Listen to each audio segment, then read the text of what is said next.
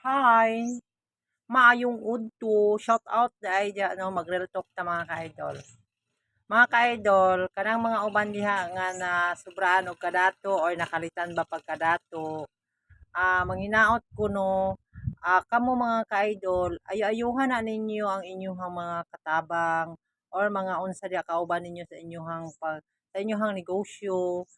Kay kung wala ba ya in town ang sama namo mga pobre, mga dato ba dai mo mga ka-idol. Busa kita ninyo mga ka-idol diha, mag-give and take ta mga ka-idol. Magbalusay ta ninyo, unsa may kamaayo sa inyo ha, ayuhon pud mi ninyo. I-share gatong na kuha na ako nga mga pasawi mga ka-idol, no? Na adyoy mga ana nga mga tao mga ka-idol nga bisan unsa ka buotan nimo, salbahis jud gihapon ang imuhang imong mang boss, no? Bitaw mga ka-idol no, shout out ay ko sa mga boss diha no. Ayuha po din taon ninyo inyong mga kauban din taon diha no, like kanang katabang or kauban niyo sa inyo mga negosyo or mga unsa diha. Ayuhan ninyo.